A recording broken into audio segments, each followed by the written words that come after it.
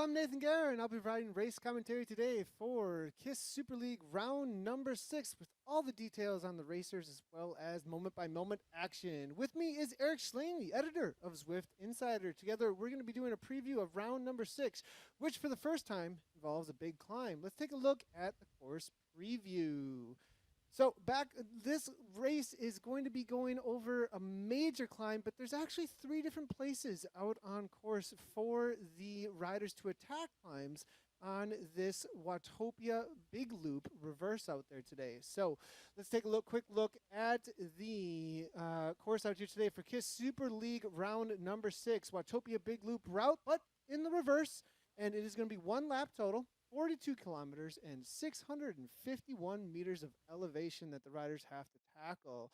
So as you are looking at these images here, you can see that we do go through some of the snowier ski routes out on course. And there is the KOM that you can earn if you are out on Watopia for the forward and the reverse. It is the blue polka dot jersey if you do have the fastest times up over the top. There's the descent down what is formerly known as the forward KOM for the Epic KOM out on Watopia. The riders are definitely going to be battling it down that downhill after the initial attacks and climbs. Now, as you can see, monstrous effort that is in front of them for that climb there. They will be leaving the pens as usual, heading to the volcano, and then on over toward the jungle loop. They will climb the initial slopes of the reverse KOM, but then they will take a right-hand turn into the jungle. And then doing the climb properly, we'll start actually at the bottom of the jungle loop and head on up toward that Epic KOM. And then it's going to be a little bit of a juncated climb to the top of the Epic KOM, right around that 14 minutes or so, most likely. So let's chat a little bit about how things are going to play out, though, with a lot more climbing out there today. Eric, this might be a chance for another team to break the dominance of Madison Genesis. Is it going to be the Zwift All-Stars, the Zwift Academy G team, or maybe some of the other pros having some raw numbers out there, today to just take down some of the dominance we've seen from those that are more experienced with Zwift, Eric? I agree. I think it's going to be all about the raw numbers, really. Those initial climbs, the short climbs, are going to soften up legs, and it's going to drop some riders, especially the ones that don't have a lot of experience on this particular route. But it's going to be all about that Epic KOM reverse. That's going to be 14 minutes, just pure pain, 6%, 7%, up to 10%. It's going to be a TT effort, and it's going to be all about the power to weight when it comes to that section of the course. What do you think, Nathan? Yeah, so I think the gaps most likely really open up on those punchier parts of the climb. It's a much punchier climb than a lot of that we see out on Zwift. I think it's the 4th longest climb out on the worlds of Zwift. Potential size gaps, though, how much do you think it'll actually open up between the riders as they do climb that Epic KOM?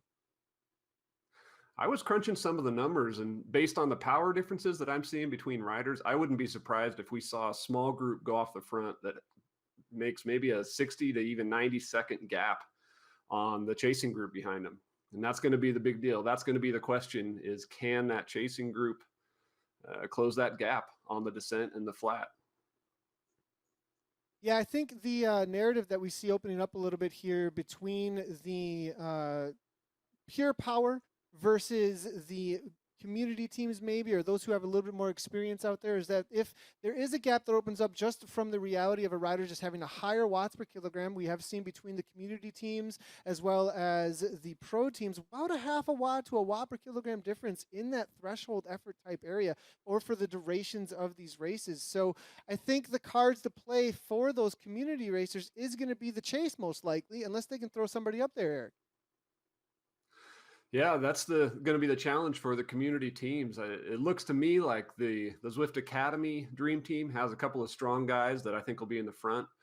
All-Stars, I think, are going to have the work cut out for them. I think they're going to possibly get Lionel Vujerson in that front group. I'm not sure if anyone else will be able to make it, though. So for them, the question is going to be, do we have a rider in that front group? If they don't, obviously, yeah, they chase. They chase on that descent. If they do have a rider in the front group, then maybe they sit back and they let the other riders chase the guys who didn't make that cut. Yeah, definitely, Eric. I think the narrative that we then do have playing out is going to be raw power then over the top of the climb. Can the community teams or anybody that does get dropped off get organized and chase things down? Kind of like in the Tour de France stage where you have a mountaintop and then into a city, It's a finish banner that's pretty short distance to that finish banner. I think it's going to be all about that chase and making a concerted effort. But a lot of these guys competed over this past weekend in the Zwift Nationals, and some big names, Adam Zimmerman, Kim Little, took a course alongside some of the KISS Super League competitors like Ian Bibby and Maximilian Stedman. Max posted a video actually straight after he made a top 10. Let's take a quick look over at his Twitter post.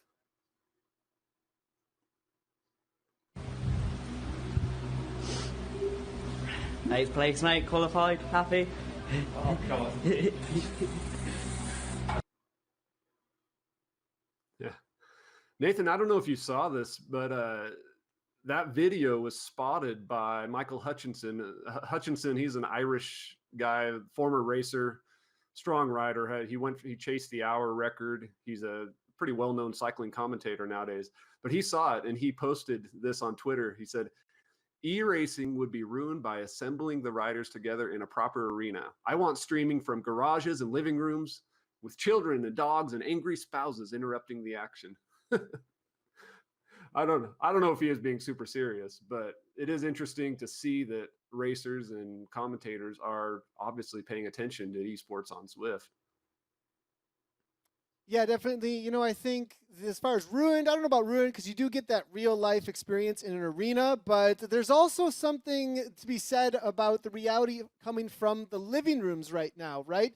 The living rooms or the pain caves that we do have, and the experience of seeing those, like we have on all the Twitter posts. We've seen Madison Genesis, Verbal Pro Cycling, now as we saw with the tweet this past weekend from Michael Stedman. I mean, there's Maximilian Stedman. I think that there is this desire for people to see what kind of power that people like Kim Little that we see right here, throwing down in their pain caves, right? So, I mean, there's this attraction to the reason why we watch cycling. The reason why we watch the Tour de France is because or any other kind of cycling competition, is to see that pain, to see that effort. And now that we're starting to get some inside pictures to the living rooms, to the pain caves, getting a little bit of the kids and the dogs and the other around you. And as you can see here with Kim now, we're going to be able to see the live shots from him as well today.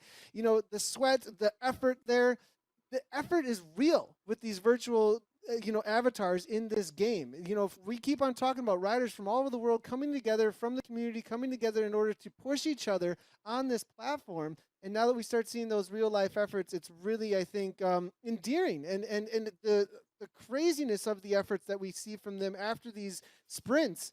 I mean, Eric, it's some of the hardest racing that I think that these riders have ever experienced, and that's why they're tweeting it out there. It absolutely is. And I can't help but think that these pro riders, that their families and their friends are having a ton of fun showing up to these guys' living rooms and standing right next to them and cheering them on and screaming in their faces as they're putting everything on the line in these races. That's a super cool idea. Really cool to see all those real life efforts. Speaking of real life efforts, if you're wondering about the gear these guys have, then you're going to want to check out this video from one of the top racers, pro racers that we've seen in the KISS Super League so far, Ian Bibby's pre-race setup. Let's take a look at that real quick. Hi, Ian Bibby, Madison Genesis. I'm just going to quickly show you my Zwift setup. So I've got my bike set up here in the front room. Got my Genesis, and it's on an Elite Director Turbo, which is absolutely fantastic for Zwift. I've got an Elite mat on the floor there to catch all the sweat and keep the floor clean. I often do my sessions on the iPad, but if it's a big one, John Mould turns up and I want to beat him, I'll get the big TV out. If I do that, I run Zwift through the Apple TV. It runs really smooth, and then I often use the iPad to use power-ups or chat on it and stuff like that. And then just the table here with towels, drinks, some gels, and then obviously you need a big fan for Zwift to get very hot, so that was a good job of cooling me down. So yeah, that's about it. Hope you enjoyed it. Now there's that elite setup to win a pro race out on Zwift, that's for sure. Ian Bibby showing us all the controls that he has there to make sure that he's ready to go when it comes time for the sprints or the climbs. Now, if one race a week isn't enough for you, then you need to tune in to the Women's KISS Super League that launched 2 weeks ago as well. Here's the highlights from last night's race. Pretty exciting out on Richmond Innsbruck Ring. you're always kind of watching. Where's the orange numbers? Who's going to go first? Sometimes it goes down to the last 100 meters because nobody's willing to be that one that's going to do the lead out. It looks like Amanda's willing at this point to work for show air and just make it fast enough that nobody can come by just yet. They're looking to sweep this podium. They've got 3 in the right spot here. The question's going to be about the aero power-ups, though, because we saw plenty of power-ups already used here. On the front, Amanda Coker now, Clevenger there as well. We see Vicky Whitelaw coming through from the All-Stars here. Who's going to jump first?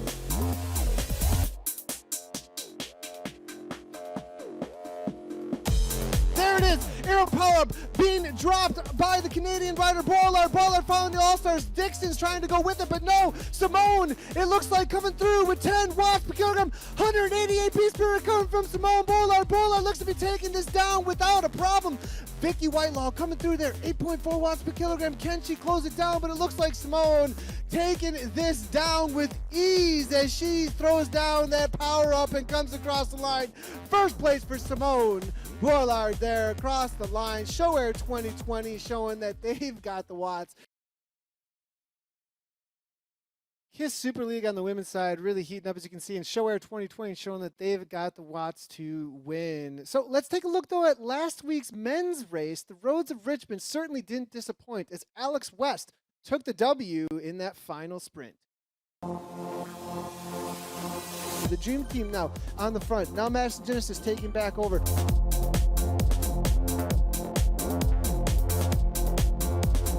It really is about positioning. You let somebody take over the front, and then you get a little bit concerned. You say, no, I got to give another kick. You do not want to find yourself too far back.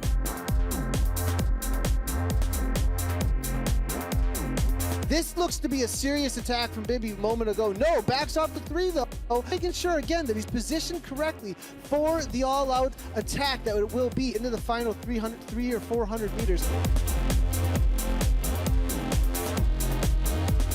A left-hand turn in just a moment here. We'll be looking at the finishing straight as it's Ollie Jones from the Dream Team taking over the front end of this group now. The Dream Team now going, here we go, though. It is going to be Brown, though, from Team Dimension for Quebec. With the very early aero power-up. Will they be able to get the first W of this series now? This is an amazing move. Bibby now, 13 watts per kilogram, 14 watts per kilogram. West coming through, flying. Alex West is gonna take it down. The first W for Zwift Academy Dream Team, followed up by Ian Bibby of Madison Genesis. For sure, it's going to be a different race this week. You know, I think, Eric, with the Zwift Academy Dream Team taking a sprint there, but we're chatting a little bit about maybe them being in it for the climb, though, this week.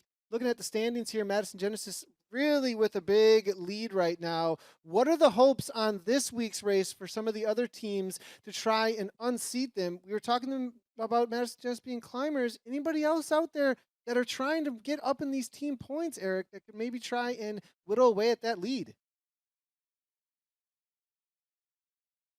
The pack, as you can see, Team Wiggins is right in the middle of the pack, and they've got Jacques Souvagnier, who's got really great TT power, so they might be able to bump up some of the standings.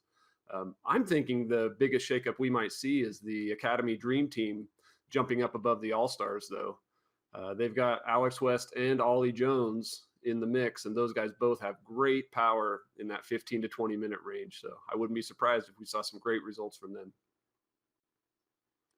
Yeah, I think as far as the standings go there, like you're saying, I think Wiggins Nicole might be able to make a little bit of a jump in the standings, grab a couple of points there as they have some really strong riders out there for sure. Again, Zwift Academy Dream Team with an opportunity sitting in third place to grab a couple of points, out there. Now, also joining us today is going to be Greg Leo, race analyst, to bring some awesome facts throughout the race. He's kind of our mad scientist out there doing awesome things in the race community, one of the most experienced racers and up to date on all things racing in Zwift. So, Greg, what do you see happening out here today? Well, you know, Nathan, with the riders' attention being on this big Epic KOM that comes near the end of the race, I wouldn't be surprised if some of the more experienced teams take advantage of that smaller climb that comes earlier in the race to try and shake loose some of the bigger threats from the peloton. So, really, I wouldn't be surprised if we see the fireworks open up even early in this race. Yeah, we've had a lot of talk about the Epic KOM, but you're right there, Greg. We obviously have the volcano. I think things can be fairly calm through there into the volcano, but then we do have the initial climb into the jungle loop with that right-hand turn, and then the climb does obviously start up out of the jungle loop. So as we do see Kim here warming up, the question is, will he have grabbed any power-ups? At this point, their power-ups are going to be open during the race out there. So there's also the reality of double draft out there. Greg, you want to speak a little bit to what riders like Kim are going to be thinking at all about the double draft and their experience with it and how it might change up how they race today? Well, you know, double draft is really changing the way sprints go here, and I saw that a lot in the nationals. So I think they're going to be really paying attention to their positioning in the final sprint if it comes down to that. Yeah, so with that final sprint, and speaking of it, we're going to be sprinting out of the pens here in just about 20 seconds as the race is about to start. I see 52 racers total right now sitting in the pens as we're going to start one lap reverse of the big loop. Pro racing out on Zwift is about to kick off right now with 9 seconds to go, and it's going to be all about the big watts from the get-go. If you're unfamiliar with Zwift racing, it starts fast and furious like a cyclocross or MTB start, which is now being known as the Zwift type starts. And here we go. The orange numbers are popping. The quads are locking. And now we do see, it looks like Pim here now. Number 90, as you can see on the right-hand side of the screen, we do have race numbers, which is pretty awesome to follow up with which riders are which out on course here. So looking through here, it is going to be the Zwift Academy Dream Team, it looks like there with White then, and it's going to be, it looks like Motram as well, Sivanyaye now as well from the Wiggins team here making his way forward, but Connor Dune showing up, it looks like, out on screen as well for the Israel Cycling Academy now as things are moving forward. 5.8 watts per kilogram is what you're going to need at this point to hang on to the wheels. As you can see at the top of the screen, 42.3 kilometers of distance left to go in the race as they kick off. They're going to be racing now into the start of the SEs momentarily, a little bit of a 2%, 3% gradient as they go through this little bit of a tunnel. Then there's going to be a right-hand turn onto the volcano as they make their way over toward Ocean Boulevard here. Looking at Cyril here coming from Kofidis now. Kofidis, last couple of weeks, or through these first 5 weeks of racing, have found themselves off the back here and there, but it does look like Cyril here is going to be making his way to the middle of the pack and maybe trying to have a result here on the pure power that is going to be over the climbs. Again, reminder, it is going to be the Epic KOM reverse today, but they're still looking forward to right now the initial slopes of that Epic KOM before they hit the climb proper to the top. So I have a feeling a lot of these riders that are experienced with this course might be looking to break things apart, and the initial breaks in this race are most likely going to come on those slopes, those initial slopes into the jungle loop. If they do get a gap at that point, looking forward to that section of the course, we may see some riders try and start to TT away from the rest of the group, get that main pack really start to form with the breakaway. Looking at the main pack here, 24th place currently coming from Robinson here, from Team Wiggins here, coming out of the UK, 186 beats per minute. Let's talk a little bit about the stats that you are seeing on screen. If you're unfamiliar with Zwift racing, we will have on the right-hand side of the screen the highlighted racers here, as you do see Kenway here, as you do number 182 out on course, currently holding down in the upper left-hand side of the corner. You see the rider that you are highlighting, Kenway, 5.1 watts per kilogram, 180 beats per minute in the upper left-hand side of the screen here. Mayes here from SEG Racing coming out of Belgium, 6.9 watts per kilogram coming from him. And the Belgian rider here now absolutely hammering out from SEG, it looks like, to try and make a little bit of attack in the volcano. This is a very early attack here coming from that rider, though, and I'm not sure it's going to go much of anywhere, especially with double draft. And I think the riders are going to have to be thinking about the climbs out there, as it doesn't look like too much of an effort was needed in order to close that right on down. Confidence now here with number 47 here out of France, 170 beats per minute. Moving forward here, it is Connor Doon, the Irish national champion, actually absolutely demolishing the watts in round number 1. Currently at 559, 600, 700 watts actually on this little bit of a 4% gradient. So as we look at this shot right here, as they leave the volcano, left-hand turn, they are going to have on a little bit of a descent that does S-turn. Riders most likely will be coalescing a little bit more through this section. Now, as we do look at it, Anderson here, it looks like from August Berman now, it's going to be 4.9 watts per kilogram from this rider. On the right-hand side of the screen, let's see if we can hold it here for just a moment, 7.4 watts per kilogram used here from SEG now. On the right-hand side of the screen, you can see the highlighted rider, 4.1 watts per kilogram. In the upper left-hand side of the screen, you do see the wattages and the heart rates from the riders that you have highlighted there on the right-hand side. Now, we are looking in the upper right-hand side of your screens. It does cover our mini-map there. Kim Little from the Zwift All-Stars. He is the former UK national champion for Zwift and for Zwift racing. And Kim Little, probably the most experienced, one of the most experienced. Him, Casey Shumman, and a few others out there or the Zwift All-Stars have well over 300, 400 races. This is the live shots from his pain cave. It looks fairly calm for Kim Little here at this point. Not sure what the wattage is for him right now, as we do not have him highlighted in the race at this moment.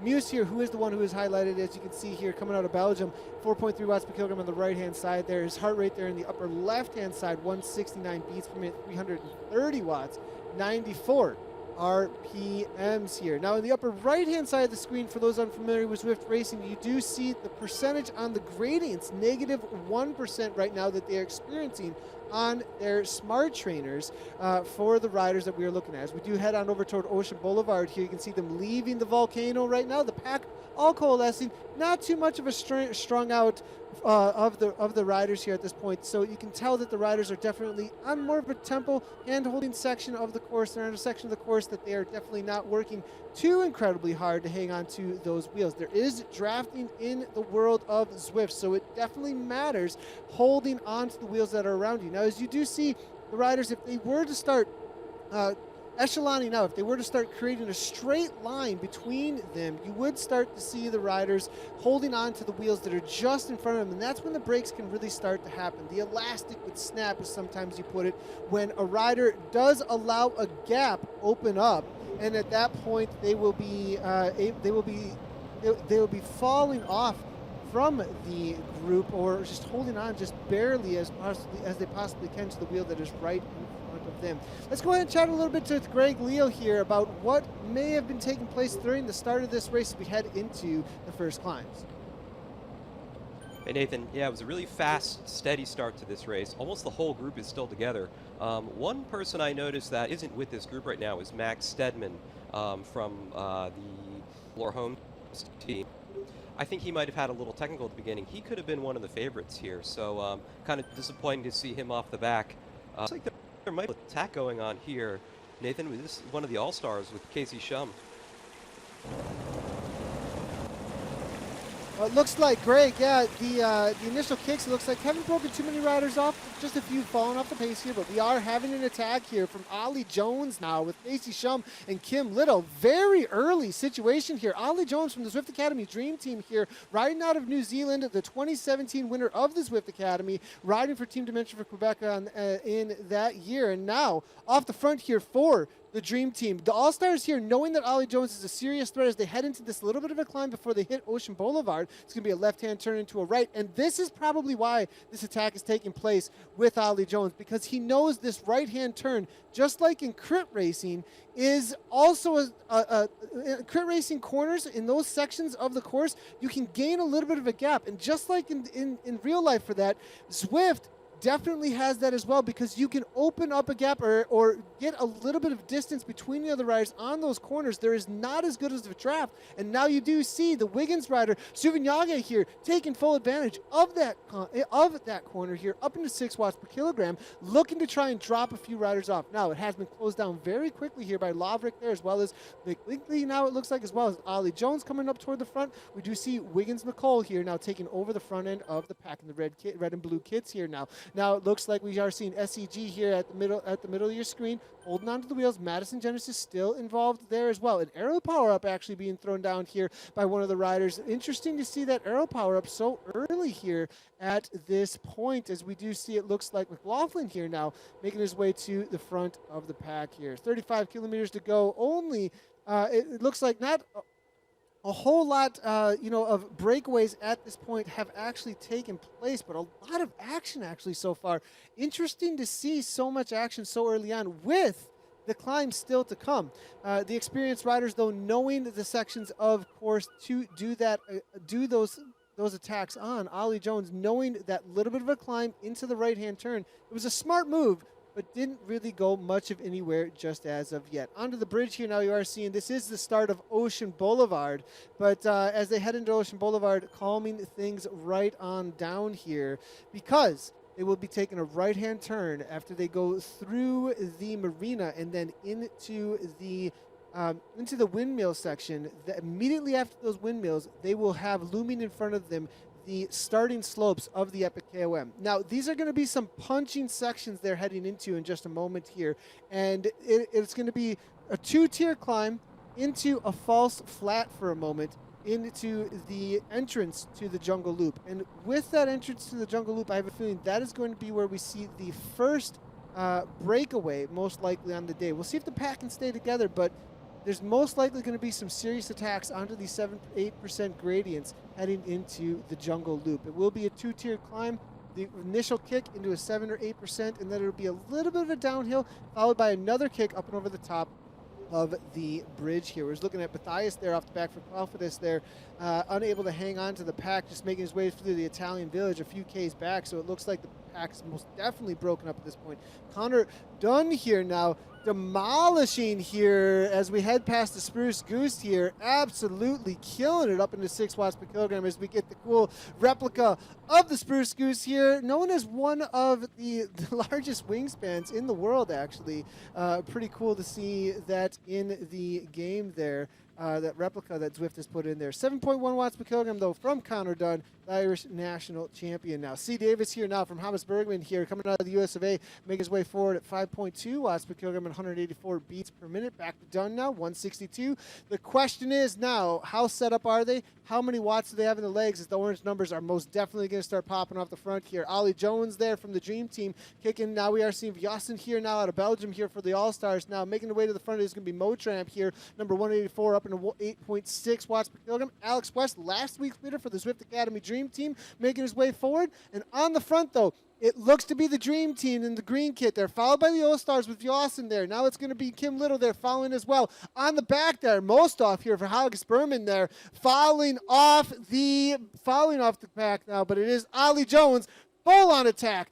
10.2 watts per kilogram now, up into those orange numbers, 182 beats per minute. This is the first breaking of the group now, as Ollie Jones shows that he has shown up to race from the get-go as he takes that right-hand sweeping turn over toward the entrance to the jungle. The question now is, what will happen as far as a group on the front, because Ollie will have a huge, monstrous effort in front of him to hold on to this all the way to the end of the race. Can he TT away on this breakaway? I have a feeling, though, it will be all about a chase of this from just a few riders that might be able to break away. If a rider or two could snap off the front of that main pack and chase this down, they could coalesce with about 3, 4, 5 riders. Then it's going to be a reality here. But Jones is most likely hoping for somebody to bridge across from the main pack to try and get away with them, because trying to hold down 6+ watts per kilogram for the duration of the race is going to be extremely difficult for this rider. Ollie Jones does have a solid TT. He's a pure ruler more so than it is Alex West and others. Kim Little, though, here on the screen. All-Stars here now, live on screen, the live effort here. Hopefully we can get a shot here of Kim and his avatar in game here. But there is the reality of what it takes to race out on Zwift. As we've got the All-Stars here, it looks like hopefully he's able to hang in amongst the group as they try and chase down Ollie Jones here at 7 watts per kilogram almost. Starting to back off a little bit, 6.0. The effort's fading a little bit as he lowers that 178 beats per minute, as you can see. So up into the 180s, as you can see there from Ali. I think that's pushing up and over the top of his threshold. He's going to have to back off eventually. Still, up and out of the saddle there, as you do see. Chokery now making the chase there, as well as Laverick there. It does look like him there also making his way to the front end with the chase. It doesn't look like the riders are really, well, the concern obviously is there, as we are seeing 6 watts per kilogram, but it is going to Subinyaga here with Wiggins now. It looks like trying to make the chase now. Now Kim Little there with the live shots that we saw just a moment ago is off the back though. Casey Shum, Pierre Ficati there as well for the Zwift Academy, for the All-Stars now, trying to get back on terms, it looks like, but Ollie Jones is the one that making all of the mayhem right now out on course. Mottram now, 5.4 watts per kilogram on the front, trying to chase down Jones. But there is a gap now at this point, it looked like, between the All-Stars and that chase pack. Hopefully we'll be able to see here what the difference is between the chase pack and the break to the second group out on course here.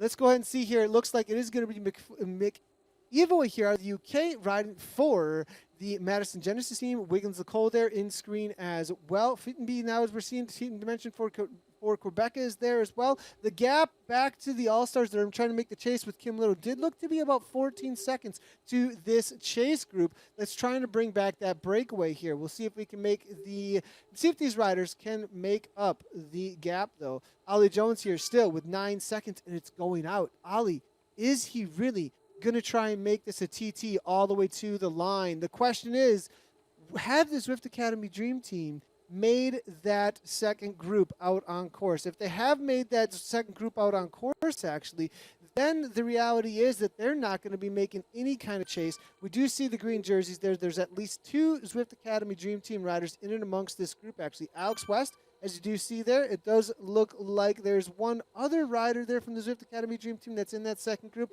We'll see if we can get the name of that rider there in a moment. But Ollie Jones, since he is off the front here, the Zwift Academy Dream Team, not going to be super interested. The tactics here, everybody, I believe the tactic here from the Dream Team is that they want to soften up the legs of the pure power of the pros out there. They're going to want to soften up Madison Genesis. They're going to want to make sure that Team Dimension for Quebec, Wiggins we're seeing there has made it as well. These riders, I think, the idea of the Dream Team here is to make them chase. Because if they just allow Ollie Jones to get away at this point and get a massive gap, the race is going to be over. The Zwift Academy Dream Team are just going to take the W down. And now, with Alex West sitting in and being one of the favorites for the climb, being one of the strongest climbers that we've seen out on Zwift, taking the W in the Zwift Academy finals, actually, for the climb up and over the top of the Alpe d'Huez Zwift. We've seen him climb like no other. So because of that, I think they are putting the chips in the basket of Alex West to sit in and then be launched up over the top of the Epic KOM on the reverse. If they don't chase this down, then Ollie Jones just gets not a free ride. He's got to work like crazy for it here, obviously holding 5 to 6 watts per kilogram with the TT all the way to the finish. But now it is getting closed down. It looks like a little bit of an effort being put in here by the group to close this right on down. He is within sights now, but it does look like it did definitely throw down some wattage from the riders there in order to bring this back together. So looks like the break has been caught now at this point. No longer off the front. Ollie Jones, valiant effort there coming from him, but it looks like it's all said and done for Ollie at this point, and the Zwift Academy Dream Team are now going to have to put their hopes most likely in the climb out of the jungle. As we do head into the jungle here, it's going to be a downhill for quite a while on the reverse section. We'll be heading over the drawbridge here in just a second, and it's a really great scenes here, actually. One of the most amazing releases coming from Zwift with this little jungle loop and the Aztec features that are out there. So really cool scenery we're going to be coming into here. Some of the dirt roads that are out here as well make things fairly interesting as we are heading over toward that drawbridge and the waterfalls. Some of the most beautiful scenes that you will see out on Zwift. All back together here, as you can see, riders most likely going to be looking to get a little bit of reprieve from that initial climb. They'll be looking forward to the jungle climb as they make their way into the initial kicks that they'll have to do. There'll be a little bit of a reprieve as they leave the jungle climb and then onto the slopes. But really the climbing to head to the top of the Epic KOM starts really at the bottom of this jungle loop. We are seeing some attacks here from Christopher. So the Zwift Academy Dream Team, again, being the most aggressive team so far today, with Pat Christopher here making another attack from those green jerseys here. So it looks like they are looking to soften up the legs of the other riders. Madison Genesis doing a really good job. Current team leaders in the series standings so far have been following all the moves so far and not letting anything go anywhere on this day. And it looks like they are still set up very well with Ian Bibby, as you do see Madison Genesis there. Laverick, they're also in there from Madison Genesis. It looks like still able to hold on to the wheels. Madison Genesis positioned themselves well to keep that lead in the overall series standings. So looking now at the back of the pack, it does look like Huggins Berman maybe still suffering a little bit toward the back here. Christensen's there as well, it looks like, coming out of New Zealand. Chalkery here for Team Dimension for Quebec here, 181 beats per minute right now. These riders are absolutely suffering just to hang on the downhills now, it looks like. But Connor Dunn here, as you can see, 162 beats per minute, 393 watts. The heart rates are starting to fall a little bit, at least for Dunn. So it looks like the Irish national champion most likely is going to have an effort for the climb. It would be interesting with how incredibly strong this rider is, where can he make it over the top? Because if he makes it over the top, that's a rider you're going to want in any kind of a chase or into a lead group to TT away. So let's go ahead and over to race analyst Greg Lito to talk about those initial slopes and how it's broken up the race so far. Thanks, Nate.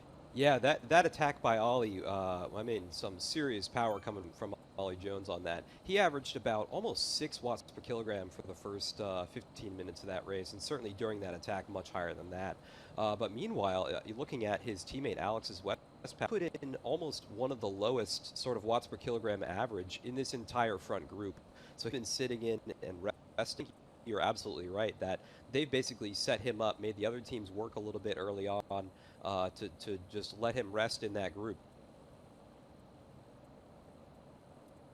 Yeah, definitely. It looks like we're having a couple of sorry about the little bit of internet connections there over to Greg, but there was a great analysis there coming from him about what took place with the Zwift Academy Dream Team. They've really been the animators so far to break this group apart. We've got 19 racers that have made this front pack. That has absolutely demolished the total of the riders out here today. We've had 47 that showed up on the day, and already we have less than half left because of those initial attacks on those slopes coming from the Zwift Academy Dream Team. We saw the counter attack.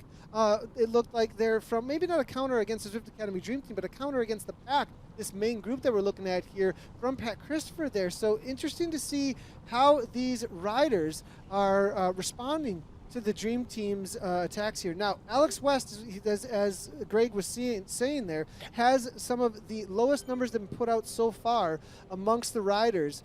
So it does look like they're putting a lot of chips in the basket of the climbing power of Alex West. We talked about him before the start of the race in the team standings. Alex West winning the sprint last week, but also having the climbing legs. He's most likely the hopeful to take on the pure power there of the pros out there today. Involved still in the main pack. Let's go ahead and give a little shout out to all the teams that have made it to the front. Obviously, we've been talking about the Zwift Academy Dream Team. They do have, it looks to be 3 riders with Ollie Jones, Pat Christopher, and then Alex West in the front end of this race still. In the Zwift All-Stars, we've got Lionel Viasen has made it into the front group. Casey Shum has made the climbs. That's an amazing result here for Casey Shum. Amazing job from him. We also are seeing Justin Pierre-Ficati, one of the very well-known riders from some of the live events out there as well. So Justin Pierre-Ficati coming out of Canada for the Zwift All-Stars. Kim Little, though, off the back. Too bad to see with the live shots that we've had from him from his pain cave. But Kim Little, unable to make it, is off the back in the chase group at this point. Israel Cycling Academy is still in this main group, it looks like, with August Jensen as well as Connor Dunn. So good to see Israel Cycling Academy putting the efforts to make it into this main group here. Madison Genesis with, it looks to be 1, 2, 3 riders that have made this front group. Jonathan McEvoy, it looks like George Pym, as well as Joe Laverick here, it looks like as well, and Ian Bibby. So Ian Bibby is in there as well. So 4 riders, all of them right now at this point have made this front group, actually. So 4 riders from Madison Genesis, currently the leaders in the team standings right now, still showing that they're showing up to dominate this series and have put in the effort in. We are starting the climb to the top of, now this isn't the climb proper, the actual climb onto the route that is the Epic KOM in reverse is going to start when they leave the banner. But from here on out, it's pretty much uphill as we head out of the jungle loop. You go to the lowest point out on Watopia. As you descend into the jungle loop, we're past the halfway point on the jungle loop, and you start climbing out. It is the climb out a little bit more gradual than we're going to see on the Epic KOM on the reverse, but it is most definitely going to be starting the initial grind to the top of that. But I have a feeling they're going to hold off for the serious punches that we'll be seeing on the slopes of the proper climb route of the Epic KOM in reverse. Connor Doan here, as we do see 163 beats per minute on screen, 23.6 kilometers for the main pack to go here, with 19 racers still making this front group. A couple other teams we definitely want to mention out there. Jesse, it looks like Fittenby here, coming from Oliver's Real Food Racing, the only rider that's made it into this lead group for him, will be a little bit isolated. We'll see if Jesse can make things happen here for that team, because they have not had a whole lot of results out there as of yet. But if the power is there, perhaps they may be able to put the All-Stars on the back foot. We are seeing attack again, though, from Ollie Jones. This seems to be the plan from the Zwift Academy Dream Team, to continue to throw riders off the front, animate the race as much as possible. But that's what's absolutely awesome, actually, about the Zwift Academy Dream Team. These riders are always the most aggressive, not only in the KISS Super League, but also we've seen them in the community races. They're always on the attack. They're always animating the race, and they are showing up today to show that that's what they are all about. On this little 3% gradient you see in the upper right-hand corner, Jones is taking advantage of that as he kicks into 6 to 7 watts per kilogram to make the work happen. And this is a great spot to do it, because the reality is from here on out, it's pretty much a false flat or an all-out punchy climb up the reverse KOM. So at this point, anybody that's sitting in at this point isn't going to get any moments of real reprieve. It's essentially going to be threshold or more, unless the whole pack comes into almost an agreement to back off the pedals, and they're not going to want to do that. They're going to want to try and make people snap off the back of this pack as much as they possibly can. Anybody who's at a threshold already at this point with an attack like this and having to close it down is going to very slowly fade, and that slow fade away from the meters that open up from the wheels that are in front of you just becomes almost impossible to close down if you get over the top of threshold, go into that nuclear blow up in the legs, and you just can't close it down. We'll see if we start seeing anybody starting to fall off from these attacks. We did see Pat Christopher from the Zwift Academy Dream Team a little bit on the back foot now. Ollie Jones making his way to the back as well, maybe suffering a little bit from that attack here. Did it do any of the damage that we're looking for it to do? We are seeing Chokri here, Team Dimension for Quebec, a 185 beats per minute. It's about 5 beats higher than we saw him earlier on some of the flatter sections, so it does look like it may have done a little bit of damage, number 56 heart rate at this point. And does he have the effort here to make it over the top of the climb with that group? Because that's what they're looking forward to at this point. Sitting in 15th place right now. Team Tupecha for Quebec. And now this is the only rider as well for Dimension Data, actually, that has been able to make it here. Alan now, being the only rider in here, it's going to be him and Oliver's Real Food Racing as well.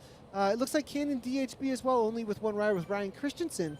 Has made this front group. Also a Kiwi coming out of New Zealand. Interesting to see all the riders, actually. Christensen there, West, as well as Ollie Jones. All riders that have ridden together in real life, a part of this group here now, racing out on Zwift amongst the pros in the KISS Super League. One of the things that we've talked about, the community coming together, the reality of all of the racing that's happening out in the community of Zwift that has brought together this identification of riders and giving opportunities to riders to be able to race in this kind of tier of racing, this pro tier of racing.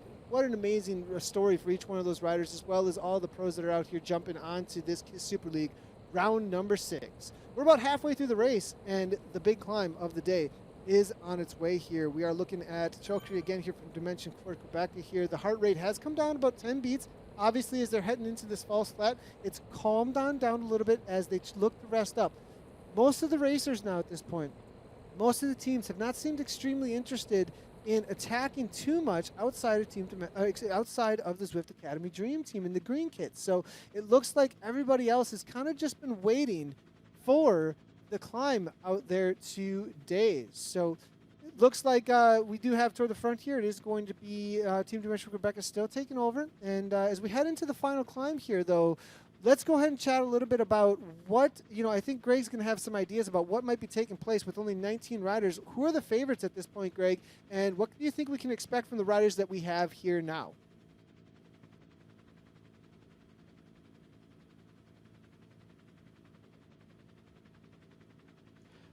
Yeah, Nathan, with the 19 riders in this group, almost... Nathan, back to you. All right, so it looks like we just had a little bit of technical difficulty on the audio there for just a moment, guys. Sorry about that, but it looks like we do have, as they head into, we'll get back to Greg in just a moment with some more analysis for what is taking place on the climbs here as we do head into them. But it does look like Mocham here with a little bit of an attack here. This is interesting to see, actually up into 6.6 watts per kilogram coming from him onto this false flat 3% gradient section now. And this is before we really get into the kicks here. But if he is able to get a gap here, it may be an opportunity for this rider to take advantage of this gap and open up as much as he possibly can. Perhaps this is the plan all along from Mikey Mottram, from Vitus Pro Cycling, actually. He's got a solid climb, it looks like here. You can average about 5.8 watts per kilogram for 20 minutes, it looks like.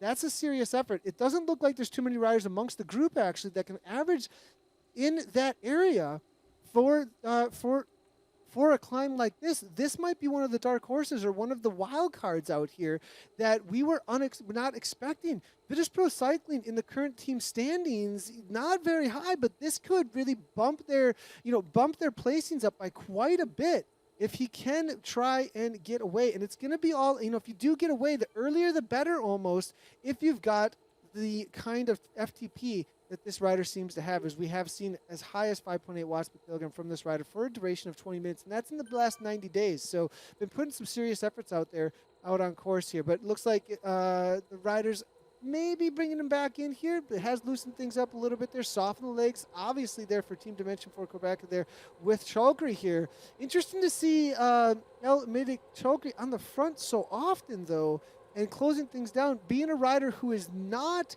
does not have any other teammates, actually. So as the catch is happening here, it is the rider from Dimension for Quebec that is closing things down and doesn't have anybody else out on course with him to work with. So taking the bull by the horns there, Chalkry here really showing up. Is he going to be able to have something left for the climb, though, as he closes things down here? Connor Dunn making his way to the front now here for Israel Cycling Academy, Irish national champion. Big watts from this rider. Also a 90-kilogram rider, though.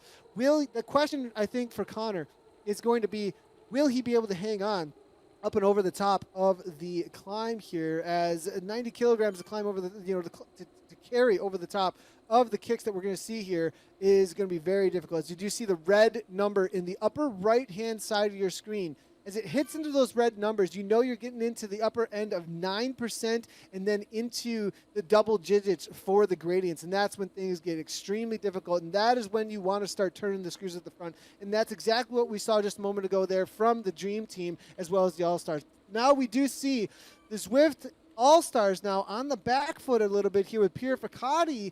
Now Casey Shum trying to hang on, and we said this would be the threat, and this is a very large group at this point of professional riders up at the front. I'm not sure that this is actually going to favor the All-Stars and their tactics at all today. As you can see, the real numbers from the pros are now starting to come forward into the 7.6 watts per kilogram. Ollie Jones, 7.1 now, and Alex West following it up very closely. This has been the plan all along. Loosen up the legs, send Ollie and Alex off the front. Vyasin here now from the All-Stars, though. He is going to be their hope because he does have a solid high 5.6 to 5.8 watt per kilogram 20 minute.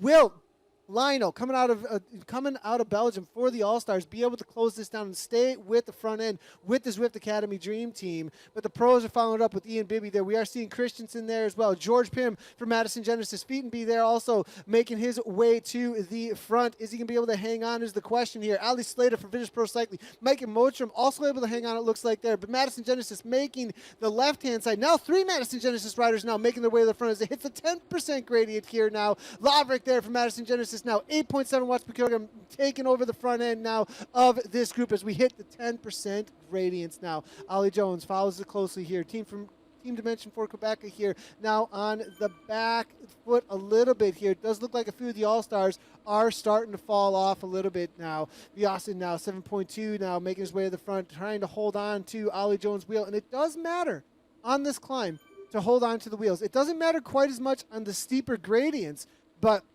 as soon as it does level out a little bit, it will matter to hold on to a wheel or two through those sections. So it looks like Lionel here trying to close it down. Bibby here following it up, knowing that this is going to be a threat. I think it looks like Madison Genesis here setting up well with Ian Bibby now. Laverick there also from Madison Genesis making his way to the front. It looks like it's going to be Christensen here now making his way to the front from Canyon now, trying to hold on to the wheels there as well. But Ollie continues on this incessant pace, non-stop on the front, 6 to 7 watts per kilogram, just trying to break each and every one of the riders behind. How long can you hold on to 6 watts per kilogram is going to be the question here. Alex West is following it up there, just behind by about 1 second or so. And there's the gap with Ollie Jones now starting to open up here. Now it looks to be shifting up a little bit. This section of the course, the riders who are on smart trainers, if you know what you're doing in Zwift, you have to shift up a little bit and bring those gears up in order to keep the speed going. It looks like Ollie knows exactly what he's doing as he kept that speed through there.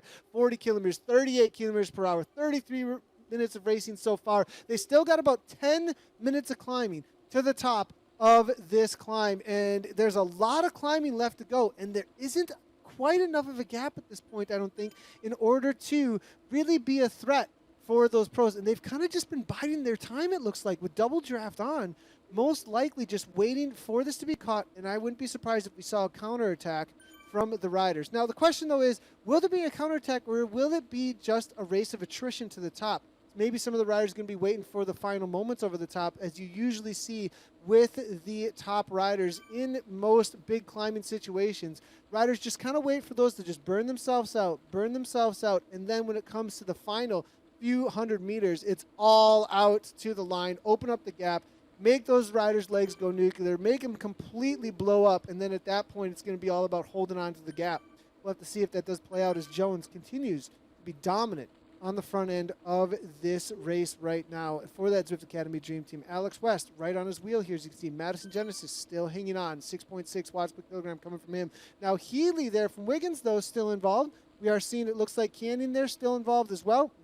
Now Feetenby is there, it looks like, so nobody falling off too far. But those who have fallen off from this main pack as they round out this next turn, it looks like it is going to be Israel Cycling Academy with August Jensen off the back. Justin Pifragati, it looks like about 21 seconds. Connor Dunn, amazing results there, amazing efforts there so far from Connor Dunn on the day, but with the 90 kilograms, it looks like maybe a little bit too much over the top here with about a 20-second gap hanging out with Casey Shum and a few of the other Zwift All-Stars on the day. Pat Christopher as well, as it looks like Mikey Mocham just falling off by about 6 or 7 seconds now. Looks like George Pym just barely hanging on, it looks like, as well for Oliver's Real Food Racing. So this is the sections of the course where the screws are starting to turn, and it's becoming very difficult as we see that arrow power up already being blown by one of the Madison Genesis riders, George Pym. So halfway through, the race of attrition is starting, and the attacks are starting to take their toll. Greg,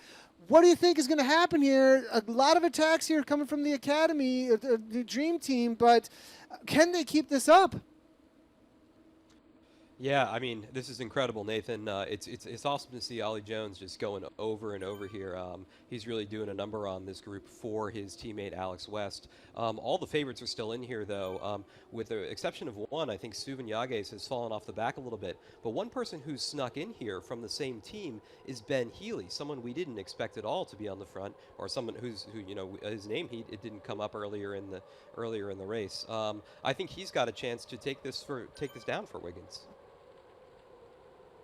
Yeah, looking at Ben Healy, I think interesting to see a name that we haven't seen a whole lot in the KISS Super League so far with the, Ben Healy from Team Wiggins Lacole here. He does have a solid 5.6 watts per kilogram, Greg, that he can throw down there. We'll have to see if he can, put out a personal best because we're seeing 5.9 from a few of these others for their bests out here. It'd be really cool actually to see a few of the other teams show up on the day, show the raw power that they got, and take down a few more points for the overall series standings. Anybody else out there that maybe a little bit of a wild card? Obviously, we've talked about the Dream Team a lot, Madison Genesis a lot, Wiggins Lacole. What are you thinking of the Oliver Racing and Canyon DHB riders that have made this? Ryan Christensen as well as Jesse Featonby here. Well, we know Ryan Christensen from just racing on Zwift. Pretty prolifically recently. He was in a live final. He can definitely climb and he can sprint, so he's a possibility. One rider you brought up is Chobri from Dimension Data. We're seeing him up here. He could be kind of a dark horse.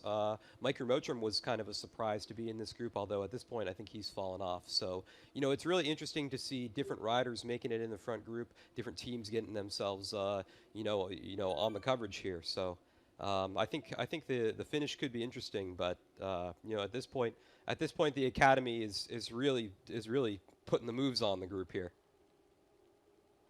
Yeah, definitely, and we are seeing this attack now taking place as Bibby as well as Laverick there from Madison Genesis. Well, the Academy initiated it with Ollie Jones, but I think they sense a little bit of blood in the water there. Knowing that the Zwift Academy Dream Team have put so much effort out, I think they've taken their opportune moment. Halfway through, they know the attrition's been in. They've seen a lot of riders fall off, and I think they see this as the moment to make the attacks. And exactly who we had talked about in the pre-race buildup. Madison Genesis and the Zwift Academy Dream Team on the front here with the real power that can really make something happen. We said the gaps would be 60 to 90 minutes. You can see now those gaps are starting to open up. Chalky from Team Dimension Data for Quebec here, he was such an aggressor there to keep things together and close down those gaps, maybe suffering a little bit. Now we do see him putting down 62.2 watts per kilogram to close down that 8-second gap, but 8 seconds is a monstrous gap to close down on a 10% gradient on a flat section. Of course, that's 30 seconds to a minute, so we'll see if that can bring back. We are seeing, it looks like Madison Genesis have been able to put 3 riders into this front group here. The one rider, though, from a team that we did not predict is Ryan Christensen from Canyon DHB, presented by Blower Homes here. So will that rider be able to make an upset here for the Zwift Academy Dream Team and Madison Genesis? Ian Bibby here, as you do see, 179 beats per minute, 14.4 kilometers in, and 8% gradients they're currently experiencing. They do have a little bit of a left into a right-hand turn. They'll be seeing the KOM banner in a moment here. It's a 22-second gap. But the reality is, it is a battlefield of mayhem behind him here. I mean, the pack is absolutely demolished here. Biasen here with Healy, George Pym behind, Featonby behind, Motram behind, but the gaps between them are significant as well. If they want to bring this back, they're going to have to get organized. And Ollie Jones, Laverick, McEvoy here, as well as Bibby and Christensen, Alex West, they are going to be so incredibly motivated to keep their teams on the top spots of the team standings and take down as many points as they possibly can. They're not only going to be thinking about the riders behind, but it's going to be all-out battle between them to win it here between them. And I wouldn't be surprised if we see attack after attack from the the Dream Teams, as well as Madison Genesis with the 3 riders in there. They're going to have a lot of matches to burn, I think, as they come into the final stretches here. There's not a lot of racing to go because the reality is they're going to be flying down this downhill. 80 kilometers per hour, I wouldn't be surprised to see on the downhill here, which is going to take down this descent very quickly. And then it's nothing but Ocean Boulevard up ahead of them into a full-on sprint. So with not a whole lot of racing left, it's going to be up to these chasers to get organized very quickly here. Now we just see Christensen falling off a little bit here. This is going to be a serious gap. He has to not let go. If he lets this go right now with the kind of speeds that they're going to be throwing down here, Laverick now 8.2 watts per kilogram. They sense that these riders are unable to hang on, that they want reprieve after a climb. And if anybody's climbed, if anybody who knows climbing in real life and what it's like, as soon as the pressure is off the pedals, as soon as the force is off the pedals, you want to kind of rest up. You know that, oh, that's done. You know there's no force against your pedals any longer, so you kind of start the light spin and look for that reprieve. Look for a little bit of those heart rates to come down, looking for just a little bit of release. But no, it looks like it's going to be it's shut down, though, pretty quickly here by Ryan Christensen. They were looking to maybe take advantage of the riders looking for a rest, but it wasn't going to happen here. The continuance over the top wasn't going to take the speeds away, so they were able to grab the wheels. As soon as the wheel was grabbed, the riders shut it down. They know it's said and done trying to make that breakaway. So as they do wrap around here, there's a couple of little punchers here. I wonder if they're going to try and take advantage of them. If any rider is really hurting at this point and just doesn't have anything left in the tank, if they do sprint over the top of these, it could break things apart pretty quickly. Any gaps at this point are almost a death knell for anybody in this group that doesn't have anything left, because, you know, these riders have put out a crazy 5.6, 5.3. I mean, we're talking well into their 20-minute best, most likely, for some of these riders. Alex West does seem to be the instigator again here on the front. We did see Ollie Jones, the main instigator from the Zwift Academy Dream Team. I think West had been sitting in for the most of the race so far and was waiting for these moments here. So it is a 1-second gap back to Madison Genesis. Will West be able to TT away here? This is a risky move, actually. Christensen sitting on the back here. Madison Genesis, it looks like, with 3 riders, perhaps it's just trying to drop off Christensen at this point. Ollie Jones sitting in. This looks to be a little bit of cat and mouse, actually, from the Zwift Academy Dream Team. West getting a little bit of a gap, forcing Madison Genesis to close it down. Ollie Jones sitting on the wheels there of Madison Genesis. I would not be surprised as soon as this is closed down, as long as Ollie holds onto the wheel. That is a risky thing right there, as we see Ollie falling off. Madison Genesis maybe going to start to take a little bit of advantage of this. Ryan Christensen just getting a free ride on Ollie's wheel, but no, here we go. Laverick, Bibby, McEvoy, all 3 of them almost man the attack. No, it's going to be Laverick, though, on the front. 7.4 watts per kilogram now coming from McEvoy now for Madison Genesis, and now they take over the lead of this group and try to make the attacks happen. 107 back to be Healy for Wiggins now. He's in no man's land, 4.2 watts per kilogram. Most likely just waiting for Chalkery there for Team Dimension for Quebec. Austin for the Zwift All-Stars off the back. We're going to have a real change-up in the leaders of this series, at least for first, for second, and third place, if things stay the same at this point. Because the reality is the Zwift All-Stars have nobody involved in this main group. They're not even at this point involved in the top 10. Lionel, the only one, just barely sitting in 9th place at this point. So the reality is that there's a chase group now trying to chase down Lionel Vyassin there, who's the only hope for the All-Stars at this point to stay within even a top 15 situation. George Pym, Jesse Featonby, Mikey Mottram, Pat Christopher, Ali Slater, Jacques Souvenalier, all from the pro teams. They're going to have a lot of motivation to take down the All-Stars today still. There's a lot of points on the line for the top 20 still, even the top 10. And so these riders, just because they're not going to take the W out there today with the riders that we have on screen with the main front of the race, there's still a lot of motivation to take down as many points to jump in the leading of this series, because the All-Stars sitting in second place with not a whole lot of riders in that top 10 situation. They're going to be losing a lot of points to the rest of these pro teams. It's a huge opportunity for the pro teams out here today now. All right, but Madison Genesis, obviously the domination of this series so far into race number 6, leading by almost 100 points in the team standings, and they've shown up week in and week out now, showing that they are all about the Zwift race and know how to win a race out on Zwift.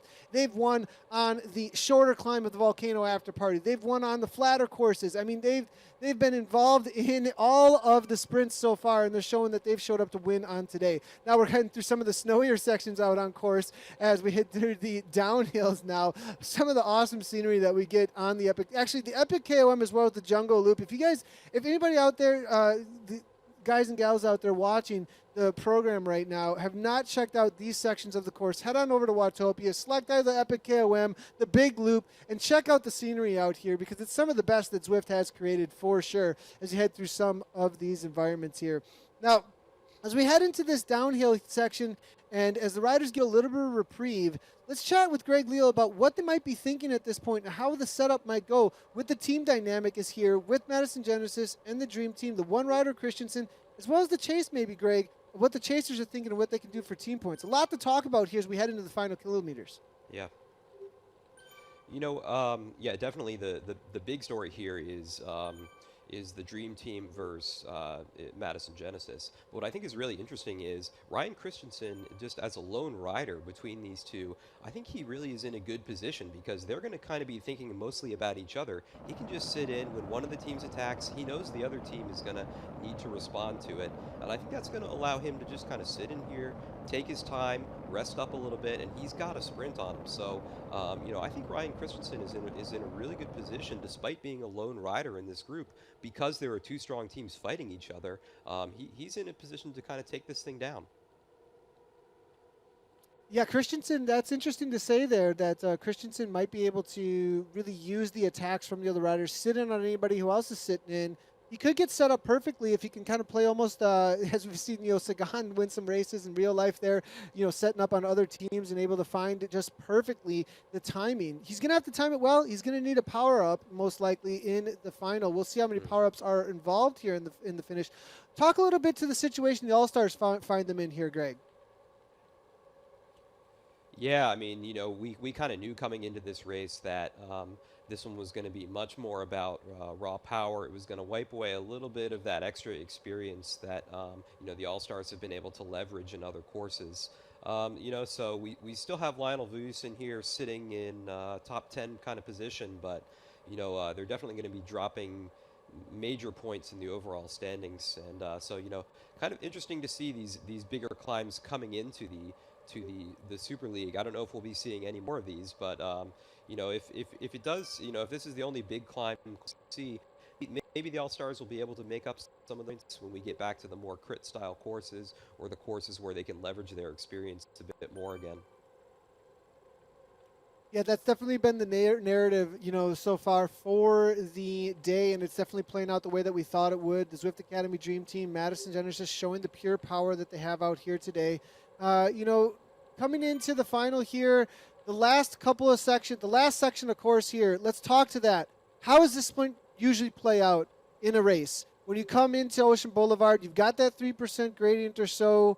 What's the timing? What might these teams do that have a couple of riders to play with, to throw off the front? Or, it's an interesting sprint because it has a drag race nature to it a lot of times. Speak to this sprint a little bit that's coming up.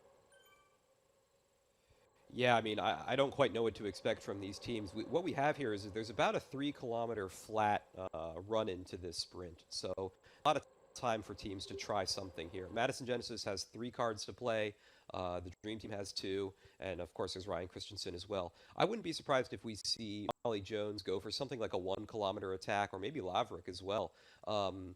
What that'll do is it'll force the other team, in the case, like, let's say Ollie Jones does this, it's going to force Madison Genesis to chase and burn some of their matches, and then they won't be able to play their cards as well. So I do expect that we'll see a little bit of team dynamic coming into these final 3K or so.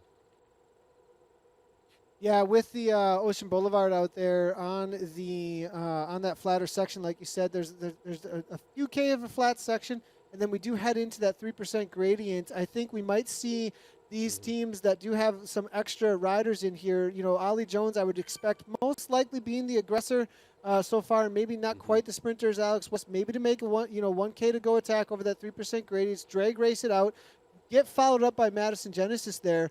And Ryan, you're right. I mean, because of the nature of this of the final K there, so might get a free ride with that drag race. He'll have to follow the riders that they are setting up for the pure sprint. It'll be interesting to see from Madison Genesis here who they're going to try and set up for the all-out sprint. Ian Bibby, Johnny McEvoy, Joe Laverick, you were saying Laverick maybe going from a little ways out. Between the riders, though, Alex West, 15.8 watts per kilogram. We've seen from him, 15.3 from Ian Bibby. Aero power-ups, it's going to be all about those. And it looks like as far as the strongest riders, though, that are in the sprint for a pure sprint, it is going to be Alex West and Ian Bibby are the pure sprinters, it looks like here. For the 1-minute power between the riders, though, they're all fairly even. But Ollie Jones, we're talking about him at about 10.9 or so. Ollie Jones does have a solid 1 minute, that's for sure. And he could be able to hold on to that 1K to go. If they do not chase it too hard, and they do, there's that reality of, do I chase this down? Madison Genesis does obviously have an advantage if they've set up one rider to be the chaser. If they've given the job to one rider amongst them. I wouldn't be surprised if it's Johnny McEvoy out there from Madison Genesis, who has kind of that role right now to close down anything that might try to get away, so that Laverick or Ian could have a chance at the all-out sprint in the finish here. We are heading into the final section of the descent here as Ollie takes over the front. They're not too concerned for the chase. Healy, what an effort here from Ben Healy for Team Wiggins-LaCole. It looks like he may, no matter what at this point, be able to hold on to what looks to be 8th or 9th place as he brings in, 7th or 8th place as he's bringing in the chase here with Alamedi Chokra here from Team Dimension Data for Quebec here. So Team Wiggins-LaCole and Dimension for Quebec here still on the chase here. But we do have an attack here, it looks like, from Laverick here with the 3 riders from Madison Genesis being in and amongst this group. They're starting to use those matches and use the numbers that they have up against Academy Dream Team. Ryan Christensen, as we did say, might be able to get a free ride, but he's got to be able to hold on to the wheels. There comes flying right on through. Now another counter there from Ian. Now it's nothing but games of cat and mouse as Ian comes by at about 9 watts per kilogram. Looks like he was just trying to close it down. Laverick there after initial attack looks to grab back on the wheels, but they're trying to raise the heart rates, trying to loosen up the legs with the other riders. Now the games start as they take the right-hand turn into this final 2.7 kilometers here into Ocean Boulevard. It's starting to get fun here as the riders really start to test the legs between each other. McEvoy on the front there, 6 watts per kilogram for a moment there. Madison Genesis taking over the front. Alex West now backing off a little bit here. We're looking at Ian Bibby, though, at 1.5. Look at how smart he's playing it here.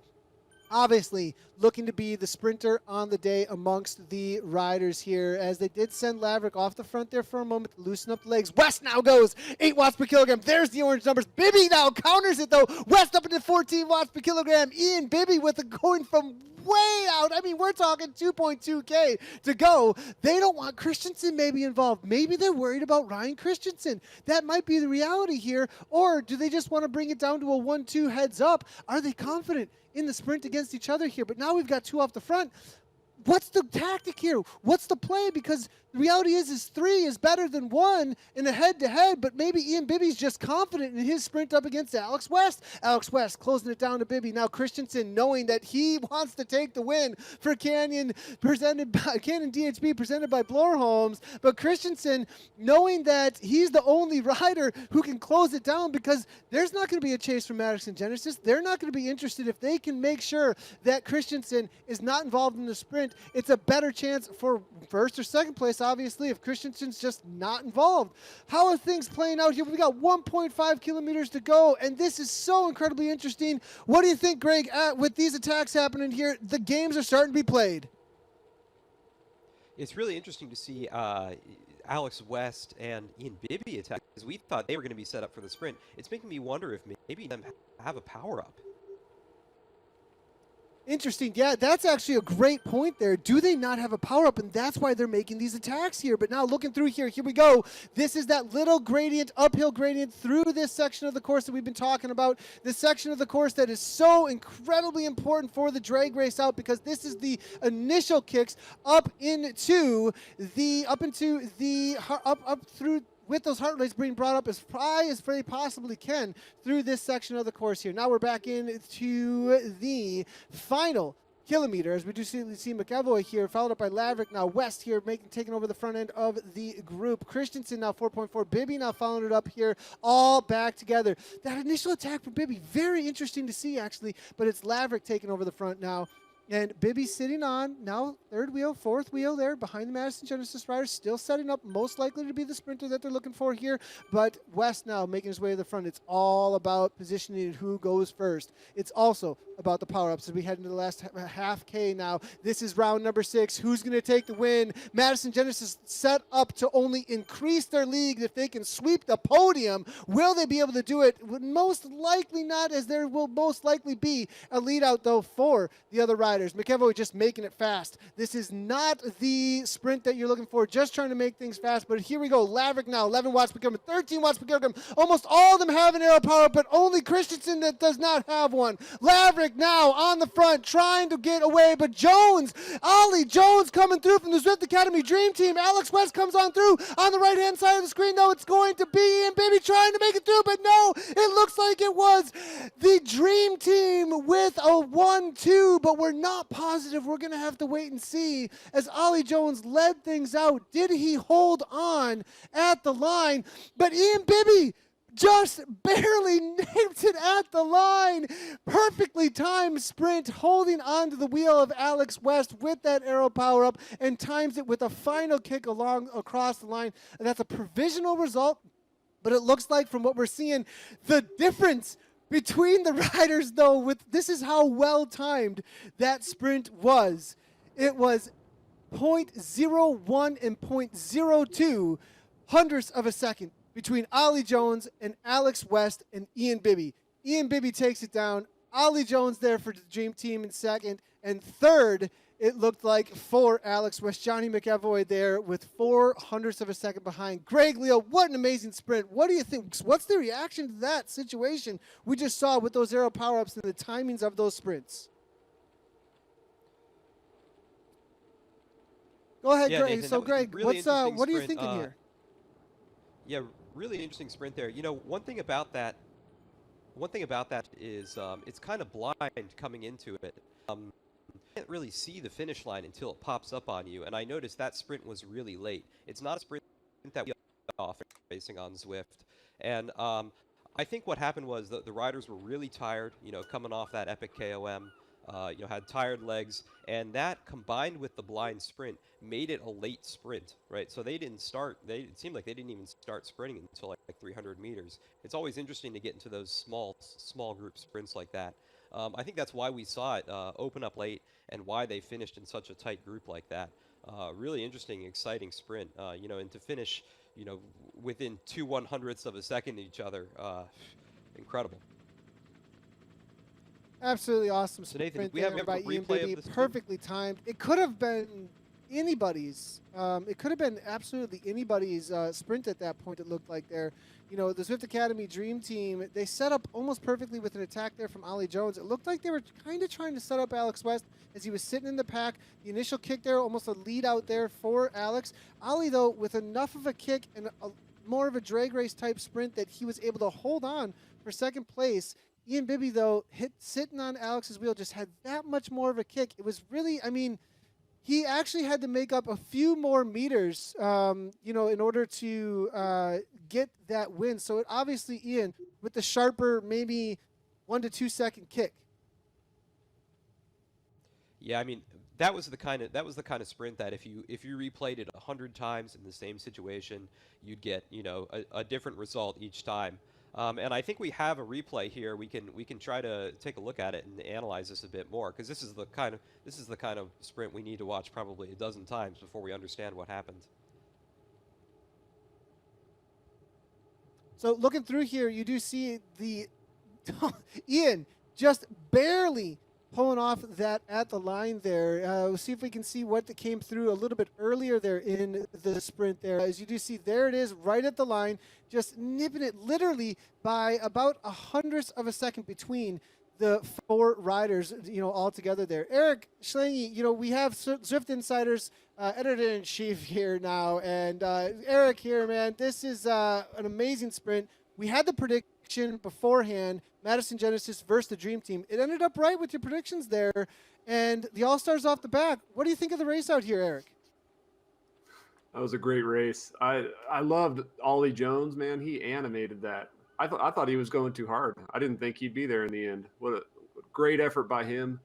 Super impressed by Ryan Christensen as well. He was the dark horse that I did not expect to be in that finish. And he was just, I mean, he had a feather power up at the end. That was the problem. If he had the helmet, he probably would have been right in that front mix. Super strong effort from Christensen.